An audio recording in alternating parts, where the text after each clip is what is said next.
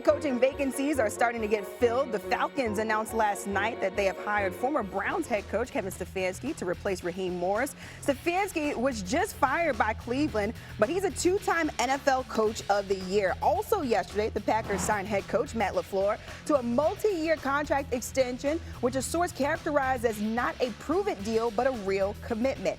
Lastly, the Giants also made it officially official when they announced former Ravens head coach John Harbaugh will become the franchise 21st head coach. In the 18 years with Baltimore, he guided the team to a Super Bowl title in 2012.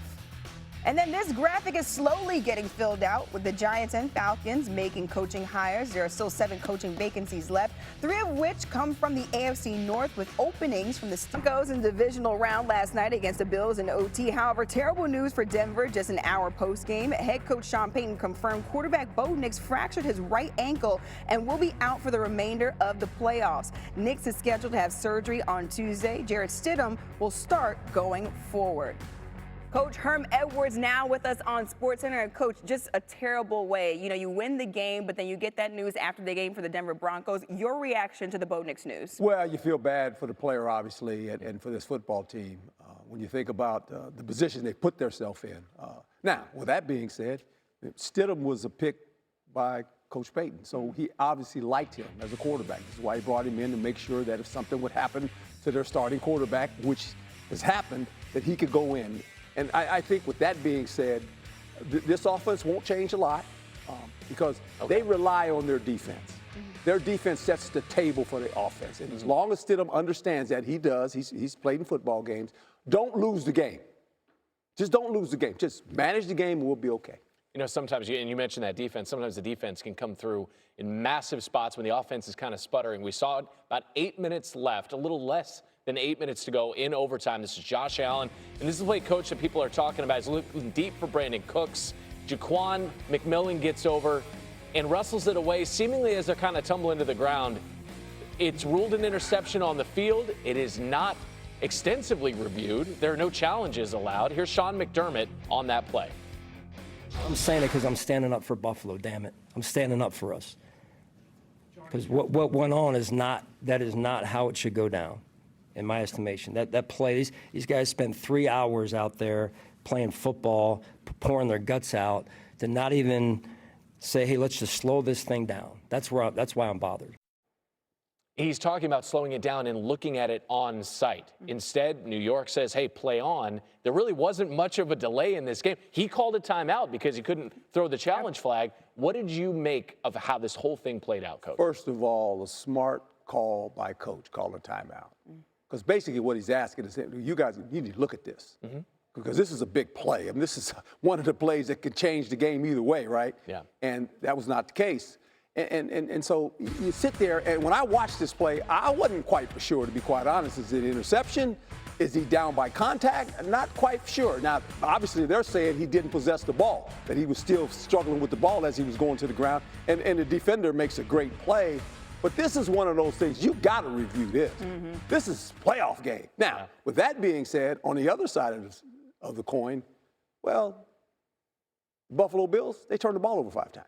5 times. Yeah. On the road against a top-notch defense. Well, when you do that, you're asking for trouble, right? So you can look at it either way. I feel bad for Josh Allen. They are wasting Josh Allen in Buffalo. His career is being wasted in a sense because he hasn't gotten to the big game yet. And it's sad to see. He has 7 losses in the postseason. In those losses, the Bills' defense allowing more than 31.5 points a game. It's a tough pill to swallow. Yeah, tough because it feels like Josh Allen is trying to do it all by himself out there and get this Buffalo team to a Super Bowl. Will it ever get done? We'll see. Let's go to the NFC, where the Seahawks dominated the Niners last night. Coach, how did the Seahawks get this done? Well, they started off fast. I mean, when you think about it, I mean, it's almost like getting in a boxing match. You stand in the ring and the guy bump hits you, and all of a sudden you're down first round. Well, they run the kickoff back. They kicked the ball. First of all, Seattle's loud as it is, and then all of a sudden you kick the ball to him, and look, the kicker's trying to trip him. And they call a foul on the kicker for trying to trip him. That didn't do any good. The guy scored a touchdown. All of a sudden, this 49er bunch is down 2 scores before they can even blink. And then it's all, then it's just uphill battle against a really good defense, especially at home. Yeah. You take a look at it, the 41-6 win for Seattle is tied with Super Bowl 48 for the largest playoff win in team history. That was complete domination out there against that Niners team. Not really what you want to see, really, in a divisional game. But, Coach, he'll be hanging out with us for the rest of the show. That game was done at halftime. Yeah, very much done at halftime. Thanks so much, Coach. Thank you. That was never a question in my mind. Was, because if I wasn't able to give it 100%, then I think I would be doing this team a disservice. I've been telling y'all, Sam's a baller. He's going to keep showing up for us, and we trust Sam. Regardless of what anybody says, we know Sam and we trust him. He's letting it rip, and I'm a little concerned on one of those. Took a sack from one of those keepers and got up a little slowly, but man, just fought through. He was consistent. He was the same Sam that he's always been. Tremendous.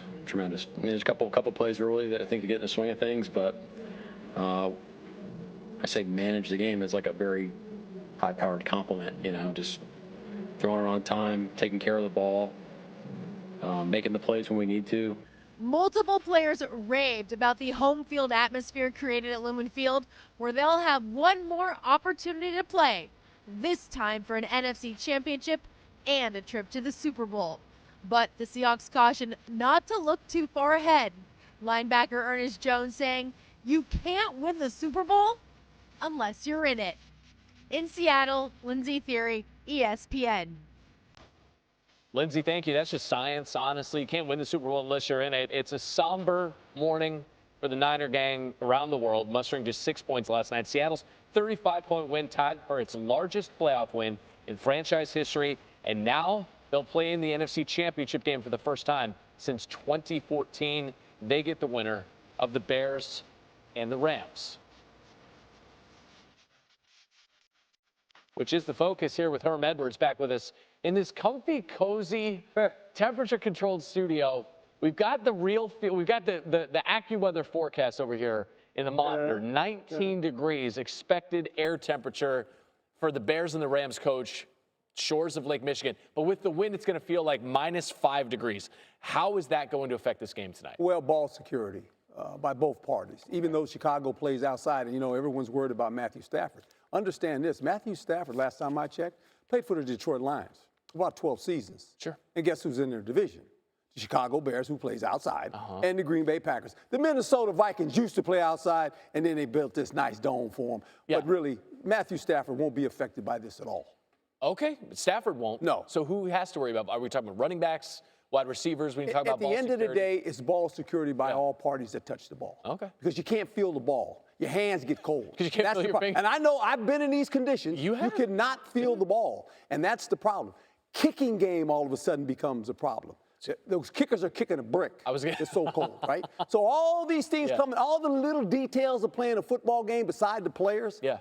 How you function with the ball in your hand or kicking the ball. Maybe that's the answer to this next question, but what is going to decide this one tonight between these two teams?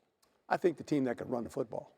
Okay. Control the game with the running game. Because you know what else becomes an issue when it's cold like this? Tackling, Randy. Tackling. Guys don't wrap up. You see a lot of missed tackles when it's cold. Guys don't want to use their arms. They want to hit them with their shoulders, and guys bounce off tackles. So I think the running game becomes a big factor in this. We got two good ones there. Actually, on both teams. Blake Corum and Kyron Williams and Monungai and DeAndre Swift on the other side. Bears 7-2 at home this season, cold weather or not. That is Herm Edwards. He played in the cold. Eventually, outside is good.